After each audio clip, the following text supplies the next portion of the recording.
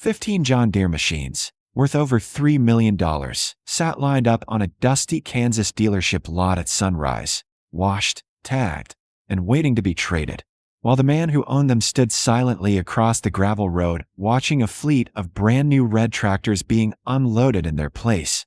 And within weeks of making that decision, every Deere dealer within 100 miles would refuse to sell him so much as a $50 part. His name was Jake Merritt, 47 years old, third-generation farmer, running 5,100 acres of wheat and sorghum outside Dodge City, Kansas. And for nearly his entire life, there had never been a question about what color his machines would be, because his grandfather bought their first John Deere in 1968.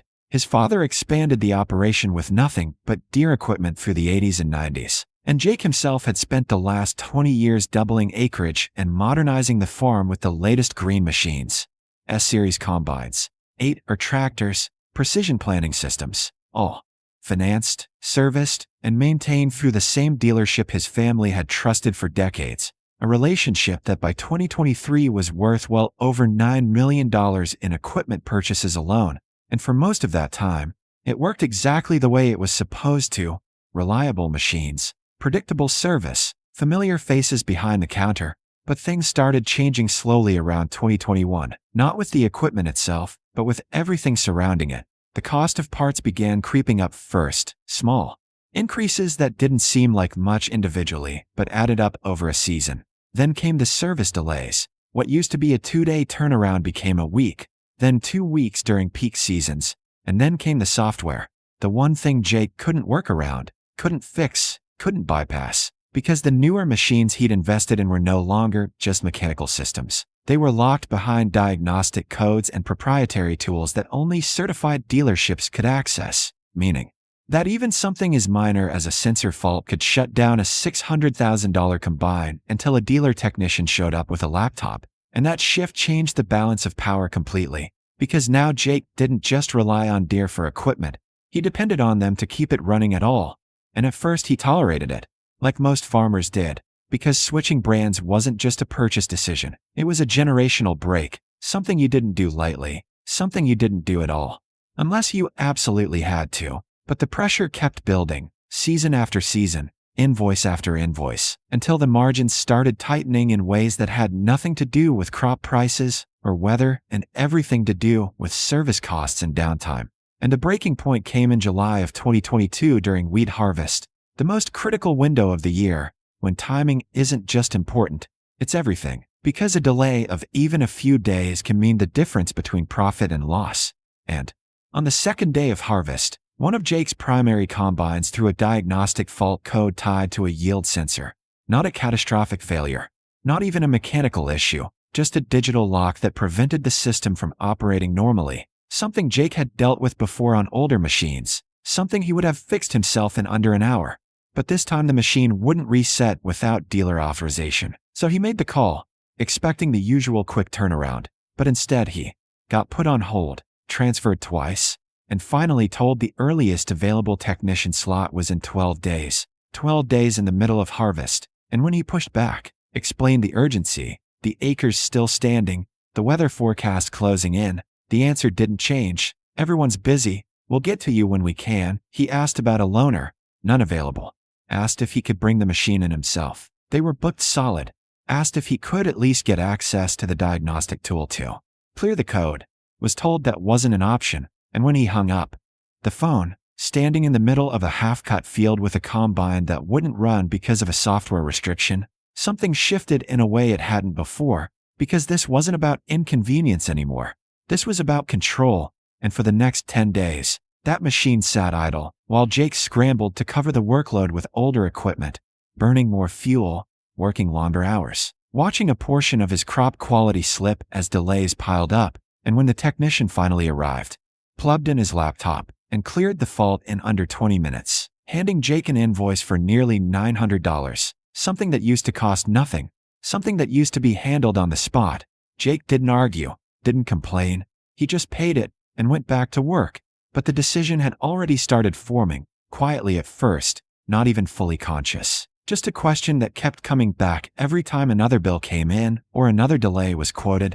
What other options are out there? And over The next several months, he started doing something he hadn't done in years. He started looking, talking to other dealers, comparing prices, asking questions he never thought he'd need to ask.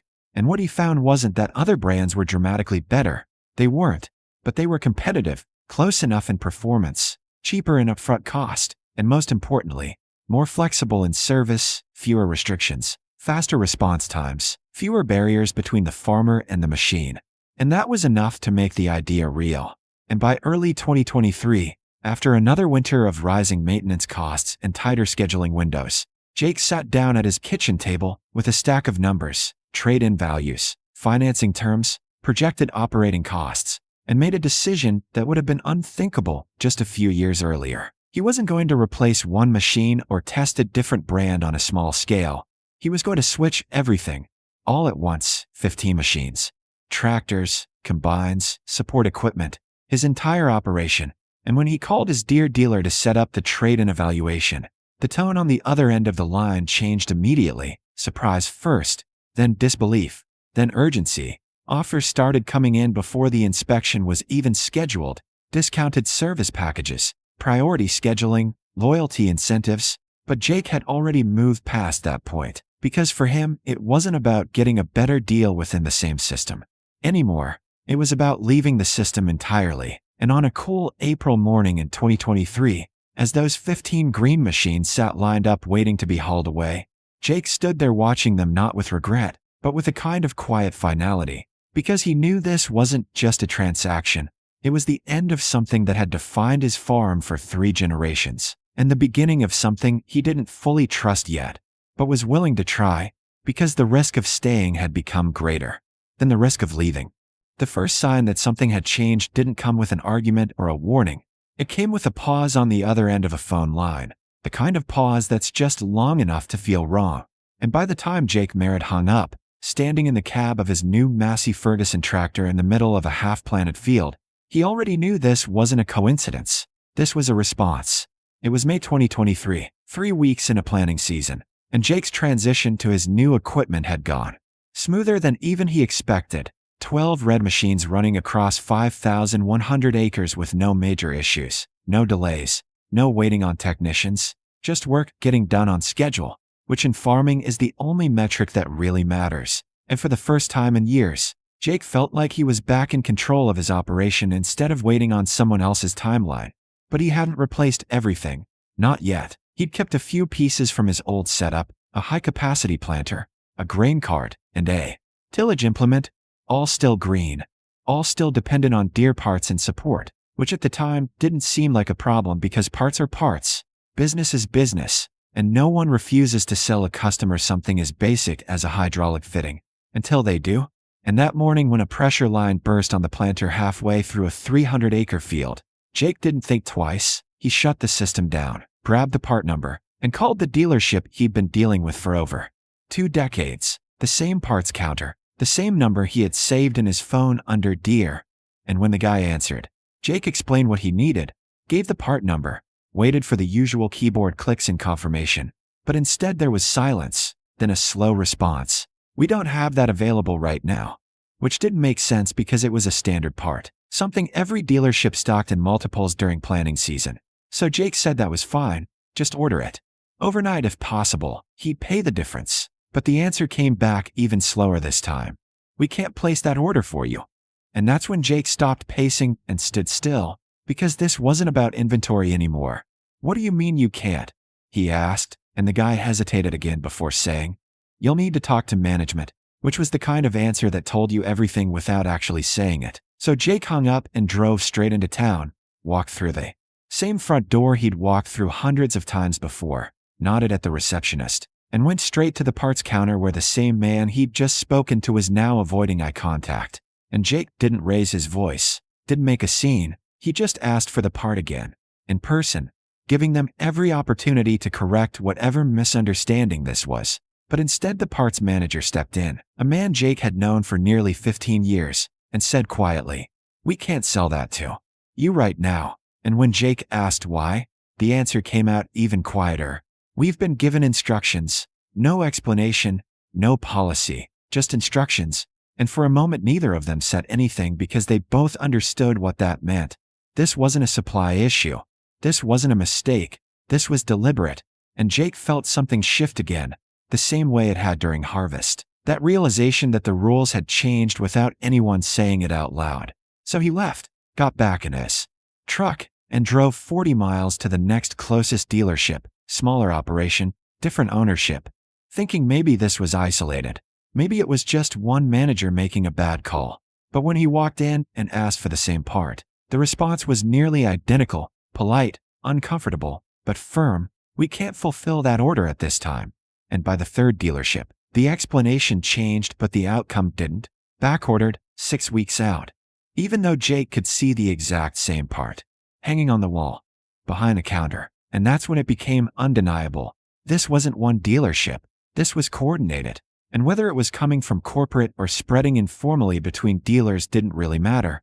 The result was the same. He was being cut off, not just from service, but from access entirely. And by the time he drove home that afternoon, the broken planter still sitting in the field where he left it, the situation had already started moving beyond him. Because in farming, communities like Western Kansas, nothing stays quiet for long, especially not something like this. And within 48 hours, the story had made its way through coffee shops, equipment lots, grain elevators, and co-op meetings, each version slightly different, but all carrying the same core message. Jake switched brands, and now Deere won't sell him parts. And the reactions came fast and divided. Some farmers shrugged it off, said that's what happens when you leave. You don't expect the same treatment after you walk away. Others didn't see it that way at all, because to them this wasn't about loyalty. It was about access, about whether a company could decide who gets to maintain equipment and who doesn't. And one conversation in particular started gaining traction. A small group of farmers gathered at a co-op meeting just outside Dodge City, talking through planting progress and input costs. When Jake's situation came up, and one farmer, a lifelong Deere customer with over 30 years invested in green equipment, said something that shifted the tone of the entire discussion. If they can do that to him, they can do it to any of us. And no one had a good answer to that. Because it was true. The only difference between Jake and everyone else in that room was that he'd already made the switch. And over the next 2 weeks, the ripple effects started to show up in ways that couldn't be ignored. One farmer delayed a planned equipment purchase. Another started pricing out alternative brands. For the first time in decades, a third drove over 100 miles just to visit a competing dealership and ask questions. Not because they were ready to switch, but because they wanted to know they could if they had to. And meanwhile, Jake adapted the only way he could, sourcing parts online, working with independent mechanics, leaning on the flexibility of his new equipment where he could. But every workaround reinforced the same point. This situation shouldn't exist in the first place. And the final escalation came in early June when something even simpler than a hydraulic hose became a problem. Jake called to order bulk DEF fluid. Something he'd been buying from the dealership for years, not even brand specific, just a standard consumable. And the answer came back instantly this time. No hesitation, no pause. We don't carry that anymore. Which was an obvious lie. He'd seen pallets of it stacked behind the building just days earlier. And when he drove in and asked in person, the response didn't change. We can't sell it to you. And that was the moment it stopped being about inconvenience or even business. Because refusing to sell a farmer a basic fluid that has nothing to do with brand loyalty wasn't policy. It was punishment. And Jake understood that clearly, standing there in the parts department, looking at a product he could see but wasn't allowed to buy. And instead of arguing, instead of pushing further, he turned around, walked out, and got back in his truck. But this time he didn't go back to the field, because he realized something had shifted beyond his control. This wasn't just his problem anymore. It was becoming everyone's question, and if the dealerships were willing to draw that line, then it was only a matter of time before more farmers found themselves standing on the wrong side of it. By the time the first dealership numbers started slipping, the decision had already moved beyond Jake Merritt, beyond his farm, beyond even Western Kansas, because what began as a quiet refusal at a parts counter had turned into something far more dangerous for a company built on generational loyalty. It had turned into a story. And in rural America, stories travel faster than any sales pitch ever could. By late June 2023, 3 separate Deere dealerships within a 100-mile radius of Dodge City were reporting noticeable declines in parts revenue. Not catastrophic, not yet, but enough to trigger internal reports, enough to raise questions. Because parts sales aren't just a side business, they're the backbone of dealership profitability. And when longtime customers stop buying altogether, it doesn't go unnoticed, especially when those customers have decades of purchase history and suddenly go silent. And when regional managers started digging into the numbers, cross-referencing accounts, transaction logs, and service records, a pattern emerged that was impossible to ignore. A small but growing group of farmers had either reduced or completely stopped their engagement with Deere dealerships. And nearly all of them had one thing in common. They had either switched brands themselves or were closely connected to someone who had. And at the center of that network was Jake, not because he was outspoken or trying to make a statement, but because his situation had become a reference point, a real-world example of what could happen if you stepped outside the system. And that perception, whether officially acknowledged or not, was enough to shift behavior, because farmers don't need proof beyond what they can see happening to someone they know. And by early July, the issue had escalated to the regional level. Conference calls, internal memos, discussions framed around customer retention risks, and competitive pressure zones, language that softened what was actually happening, which was a breakdown in trust. And during one of those calls, when executives debated whether the situation would resolve itself over time, whether farmers would return after a season or two, one regional manager pushed back and said something that cut through all of it. This isn't about the machines anymore. And that was the moment the conversation shifted, because machines can be compared, priced, improved, but trust, once it's damaged, doesn't follow the same rules. And within weeks, the response strategy changed from passive observation to direct intervention, which is how, on a hot morning in mid-July, a black SUV pulled up the long dirt road leading to Jake's farmhouse, carrying two men who weren't there to sell anything, at least not directly. One in a company polo, the other in a pressed shirt and slacks, introduced as a regional vice president. And when Jake stepped out to meet them, there was no small talk, no attempt to ease into the conversation. Just a straightforward acknowledgement that they were aware of service disruptions and wanted to make things right. And for a moment, it almost sounded reasonable, almost like the kind of corporate correction that comes when something goes wrong at the local level. But Jake had already lived through the consequences. So instead of engaging with the language they were using, he asked a simple question, one that didn't require interpretation. If I walk into your dealership today, will they sell me what I need? And the pause that followed was the same one he'd heard weeks earlier on the phone, the same hesitation that had started all of this. And in that pause, the entire situation revealed itself again, because if the answer had been yes, it would have come immediately, without qualification, without explanation, but it didn't. And instead what came next were offers, service credits, priority scheduling, financial incentives tied to future purchases, all structured around bringing him back into the system rather than fixing the problem that pushed him out of it. And Jake listened, not because he was considering it, but because he wanted to hear how far they were willing to go without addressing the core issue.